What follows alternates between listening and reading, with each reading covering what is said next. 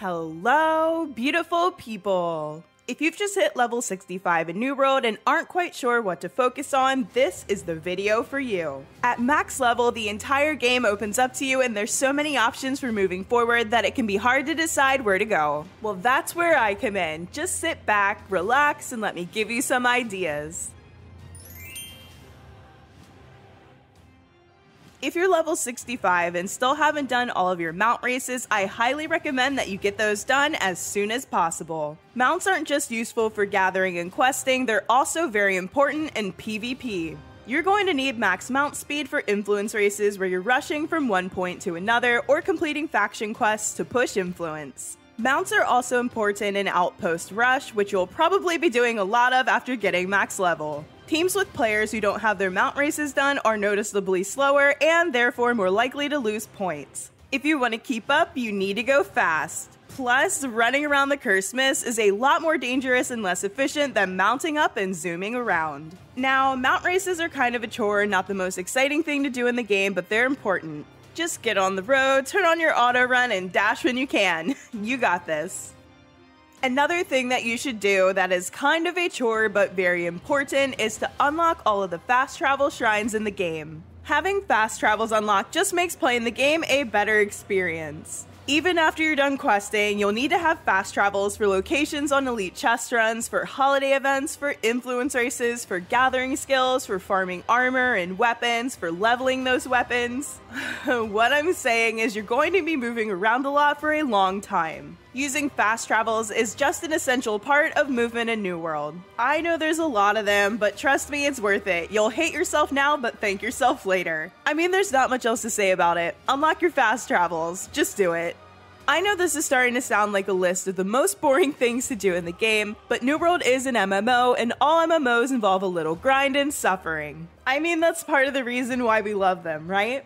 Another addition to our don't want to but should do it list is reaching max rank within your faction. The faction shop is where you buy chromatic seals, which you're going to need to upgrade armor and weapons. Honestly, reaching the highest rank in your faction doesn't take too long. You run missions and then do a short quest to rank up and it goes by quickly. If you're looking for an efficient way to do this, I've got a faction reputation guide. Check it out and get it done. You can also level up your faction rank casually while having fun playing the game. Running PvP faction missions during influence races can be a fun way to work on your rep and help out your company if they're trying to war. You can also grab PvE missions for expeditions and territories where the expeditions are located and level up your rep while you have fun running dungeons. There is no one right way to get reputation. You do need to do it, but you can definitely find a way that is fun and interesting for you. Or you can be an efficient robot and just knock it out in a couple of hours.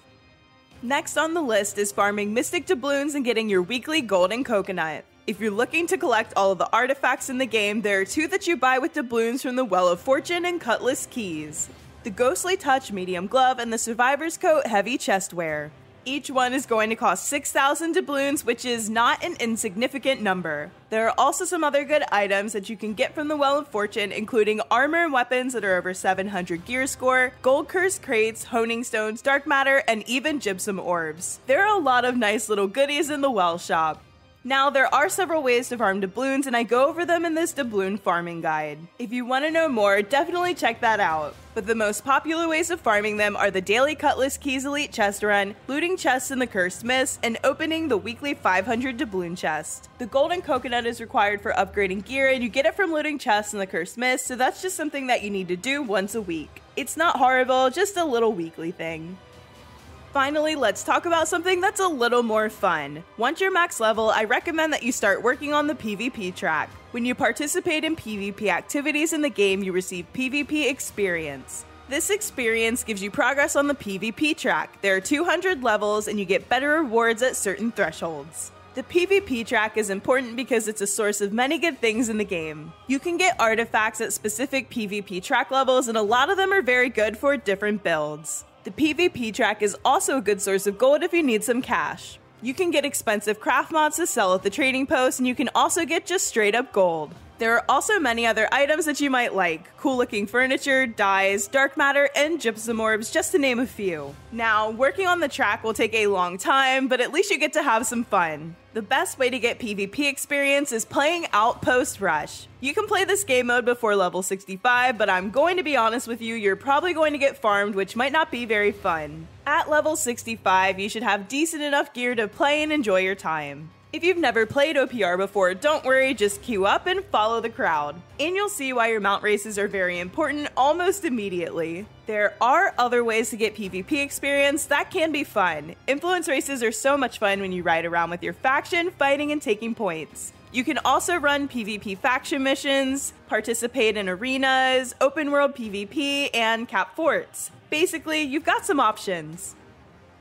Now, I've mentioned artifacts quite a few times. Once you're level 65, you should start thinking about which artifacts you want to use and acquire. Most of the drop rates are pretty good, but the majority of them do require a little time and some teamwork. At this point, artifacts come from almost every aspect of the game. Mutated expeditions, the PvP track, open world, named enemies, the season pass, OPR loot crates, corrupted portals, soul trials, elite trials, raids, main story quest.